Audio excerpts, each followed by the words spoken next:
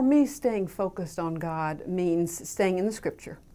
And I have scriptures posted in my bathroom, I have it in my car, so that when I tend to be a worrier, and I begin to mull things over and things get bigger and bigger and bigger, and then I have to call myself back to the Scripture. And it might be sitting right there on my dashboard or on my mirror or on my desk to remind myself of the truths of who God is, that God is there, that He is faithful.